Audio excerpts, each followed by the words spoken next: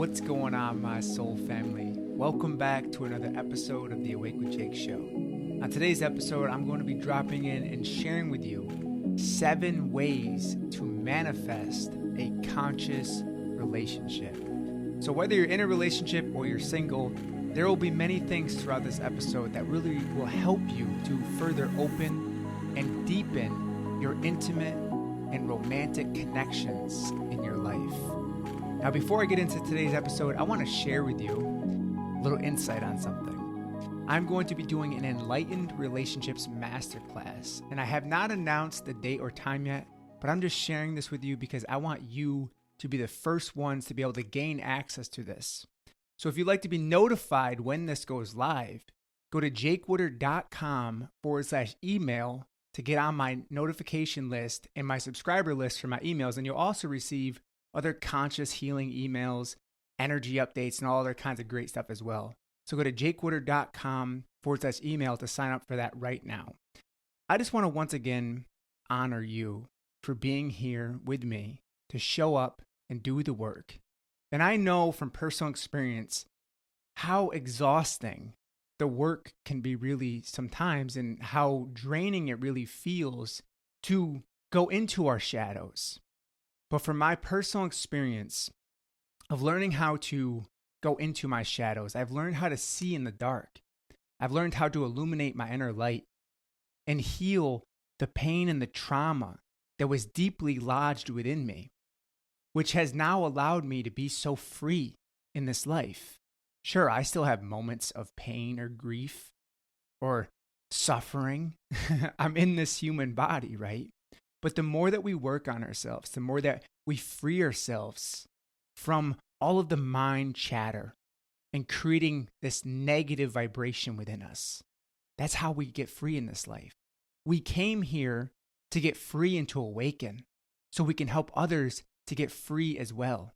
And just like my brother Ram Dass always said, we are all just walking each other home. So I honor you for being here with me in this moment.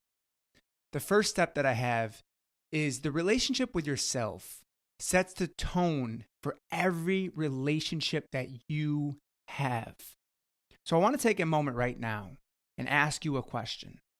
And feel free to share this with me in any form, whether leaving a comment, sending me a message. What is the relationship that you have with yourself? What is the relationship that you have with yourself? If you were to look at yourself from an outsider perspective, from a zoomed out perspective, would you date yourself? And really sit with this and ask yourself and feel into this. What parts of yourself have you not loved and accepted? And the reason why I'm pointing this right back at you in step number 1 here is because you are going to manifest what you are vibrationally, what you are energetically. Because you're meeting people at your level of consciousness.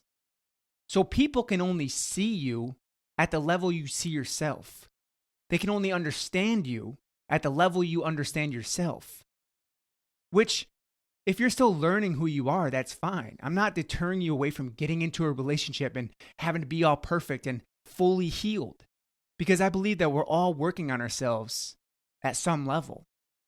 But truly think about and feel, more importantly, into the relationship that you have with yourself, because this truly sets the tone for the relationships that you have in your life. And this goes beyond just romantic relationships, your friendships, your family relationships. All of your relationships are based on the energy that you are showing up with in your life and what you are attracting to you vibrationally. If you look at the relationship with yourself like a radio station, you're tuning into other people's radio stations of a similar vibrational frequency, calling that energy into your life. So if you don't like what you see in the mirror, how are other people going to accept you? If you don't feel good within yourself, how are other people going to love and accept you if you don't even do that for yourself? And it's very difficult to sit with the question of who am I? And I ask you that. Who are you? Because if you don't know yourself, other people will project onto you who they think you are. But when you are truly rooted in your truth. You know why you're here. You know what you stand for.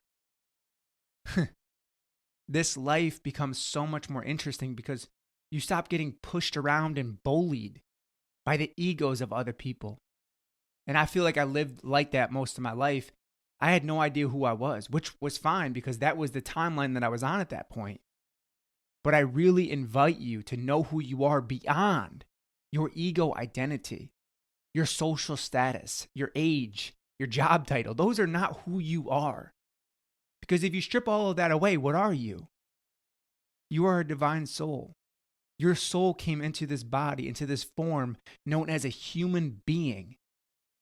So when you start to see yourself at a soul level, at a deep level of consciousness, other people will also be able to see you at that level, and you'll be attracting to you more conscious people because they're the reflection of your own consciousness, because we are all one energy, extensions of source God energy that have incarnated into this plane of existence. Now, I know that may seem a little esoteric for some, but this is what I believe to be true. I truly believe that if people are showing up in your life that are shaming you or guilting you, it's likely because you are still shaming and guilting yourself. So really get clear on the relationship with yourself, and don't be afraid to spend some time by yourself. I think a lot of people, including myself for a very long time, just jump into relationships because they feel so lonely. They feel so lonely inside. They haven't learned how to be alone with themselves, which means all one, alone, all one with everything, all one with the universe. And there's a huge difference between loneliness and aloneness, because when you can be all one with yourself, you can be all one with a romantic partner, with a conscious partner. But you have to be willing to walk through that fire and not coming from a place of lack or scarcity to manifest the partner that you desire. Number 2, be clear about your core energy and how you want to show up in a relationship. This is something that truly has changed my life. Understanding my core energy, whether masculine or feminine energy. My core happens to be masculine energy. So I know this about myself. So my partner, Melissa, is more feminine energy. Okay. So meaning that her energy complements my masculine energy, the yin and the yang energy. So you have to understand your core energy and how you want to show up in a relationship. We have on this planet right now a lot of people that are very confused about their natural core energy. For example, I have worked with many women over the years that are placed into this masculine role, maybe at a job, and it's very structured and rigid masculine. And they lose their feminine essence because they start to repress their feminine essence because they're taught that feminine energy is weakness. It doesn't get things done. It doesn't achieve. It doesn't accomplish. It doesn't build things, right? But without the feminine essence on this planet, this world would be very dull and gray. So if you are truly feminine at your core and you know this about yourself, then start honoring that. And that is how you will show up in a relationship. And when you're truly anchored into your feminine energy, you will magnetize to you masculine energy, and vice versa. If when you are truly anchored in your masculine energy, you will magnetize to you feminine energy. Now, the interesting thing about this, if you are in your wounded feminine energy, you will attract to you wounded masculine energy. Vice versa. If you are in your wounded masculine energy, you will attract to you wounded feminine energy. So, for example, a wounded masculine would attract someone that is very small and powerless, the wounded feminine. Or the wounded masculine or the wounded feminine would attract someone that is very dominating and controlling and forceful, which is the wounded masculine energy. So you're attracting to you an energetic reciprocal, a vibrational match, a balance of your yin and yang energy. And here's how beautiful this is. If you ever looked in nature, how nature always has a way of balancing itself out. If you look at the flow of a river, which could represent the feminine energy, depending on how harsh it was in that moment. If it's a gentle flow, it'd be more of a feminine energy. It has a riverbed, the structure of the riverbed that holds the the flow of the feminine energy. So the masculine is holding and supporting the flow of the feminine, and the feminine is nourishing the riverbed with its beautiful flow of gentle water. Okay? So if you look at nature, it's always balancing itself. And in our world, because we live in a universe of polarity, polarizing energetic charges, our world spins on north and south pole. Our cells are polarized by positive and negative charges in our bodies. Everything in universe, everything in nature especially, balances itself out. So you're going to find a partner that is coming in to recalibrate and rebalance your energies. But remember, this can also work when you are imbalanced within your feminine or your masculine energy as well. Now, if you don't know your core energy, I highly recommend you take my quick and easy free quiz. Go to jakewoodard.com/quiz to take your core energy quiz and find out whether your core, your natural core, is masculine or feminine energy. Number 3, know your core values and how you want to be loved. How you want to be loved. And knowing your core values. This takes some time to really sit with this. And what I mean by your core values is if you don't like someone smoking cigarettes and you will just not accept that, then that would be considered a core value. Your belief systems around the universe, around spirituality, like if you're really ingrained in a certain belief system and you attract someone to you that doesn't believe in this stuff, that may be very difficult to have a relationship with this person. Or for example, if you want to have kids, that's a core value, and your partner doesn't want to have kids. If you want to get married, that's a core value. So be very clear on your core values and what really means a lot to you. And also in parallel to that, how do you want to be loved in a romantic relationship? Most people don't think about these things. They don't think about, how would I like to be loved? How would you like to be loved? Would you like to be held in a gentle, safe, loving way? Or, and that would be more like the feminine essence, or would you like to be the leader in your relationship and lead with love and integrity, which would be more of the masculine energy? So how would you like to be loved in a romantic relationship? Would you like to be seen fully and be able to express yourself and not be judged? Would you like to not be criticized? Would you like to be able to speak your truth and not feel like you're going to get punished or feel small because of it? How do you want to be loved in a romantic relationship? Because in a romantic relationship, we can really awaken together. And I really want to hit on this again. I think a lot of people are like waiting until they're fully cooked, like fully healed, right?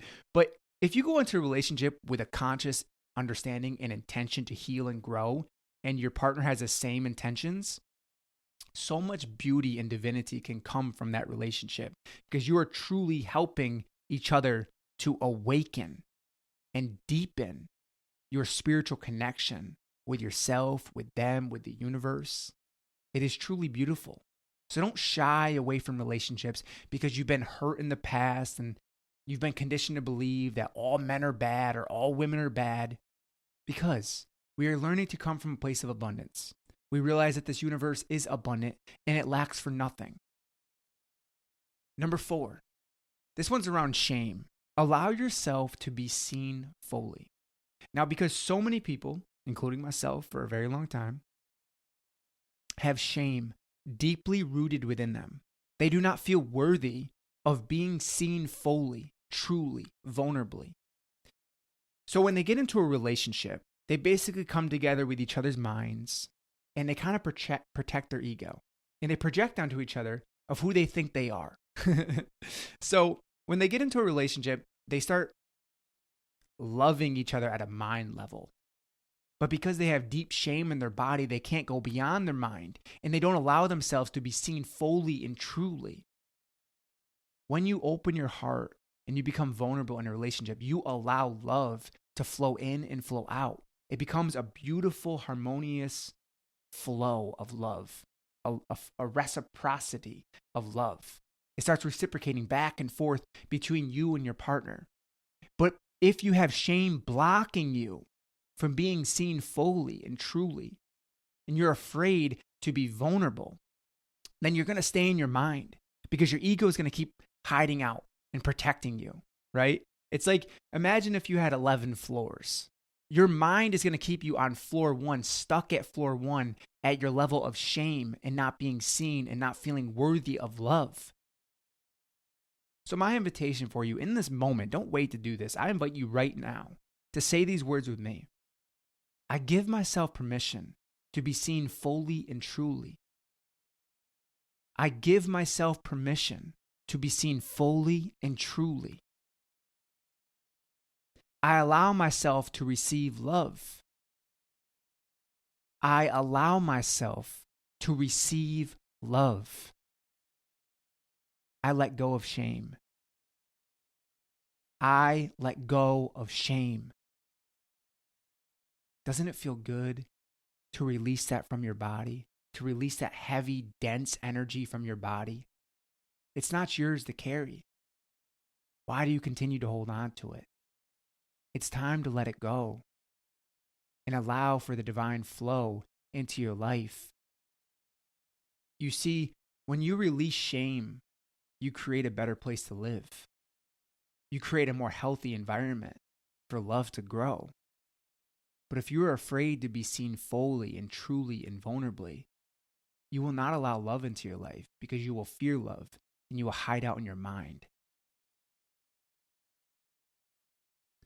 Number 5, be willing to commit to the relationship and embrace discomfort. Now, I want to start with an analogy for this. And this is something that, once again, that I struggled with for a very long time, was commitment. Feel into this for a moment. I want these words to resonate with you. If you were to dig a well to get to really rich, nourishing, healing water, you would have to dig a very deep well to get to that truly rich, healing water. If you just go around digging a bunch of shallow wells, never really committing to digging the deep well, then you'll never be able to get the rich, flowing, beautiful, healing water from that deep well. And you just keep having all these shallow connections, all these shallow wells, and kind of muddy, mucky water. Now, because we've been conditioned to believe with 1,000 different options and varieties of spice of life and all these things that we heard growing up, we're afraid of commitment. We're afraid of committing to ourselves. We're afraid of committing to a purpose. We're afraid of committing to a romantic partner. Now, if you don't want to be in a committed relationship, that's fine. But if you want to be in a committed relationship and you believe in that divine union and being with one person, not to say that you have to be with this one person for the rest of your life, and I believe alignment is key here and staying in alignment. But this takes being willing to embrace your discomfort, because to be in a conscious relationship, you are going to have your stuff brought up. Your wounds are going to be exposed in that relationship. And you can do one of two things. As soon as you feel that, you can run, you can abandon the relationship, you can shut down, you can guard yourself, you can close, probably like you've always been doing, like I always did. Or you can choose to lean into your discomfort, and you can choose to embrace your fears. And you can learn to open yourself, to not lower your head when you cry, when you feel tears coming up in front of your partner, to put your head down because you feel so much shame. Look at your partner while you cry and allow yourself to be seen. Because that is one of the most attractive things in a relationship, when we're truly vulnerable and expressive with our partner, not in like a victim way, but like, this is what I'm holding on to, what I need to release. And if you start to cry and you express yourself vulnerably, that allows love to flow into your relationship. That creates safety in a relationship, being vulnerable, being seen. And I know it's uncomfortable, but I'm telling you right now, in all relationships, if you're just quick to abandon, if you're quick to walk out, if you're quick to leave, you will never be able to have the beautiful healing benefits of that relationship, because relationships take many years to develop. Consciously. Think about some of your best relationships in your life. If you have any good, close friendships, how many years did it take to truly develop trust and love within that relationship? Probably quite a few.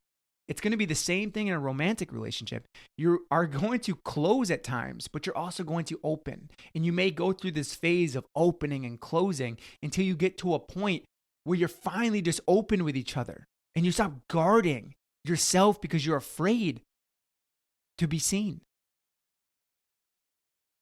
You are worthy of love. You are deserving of love because you are love. You are divine love.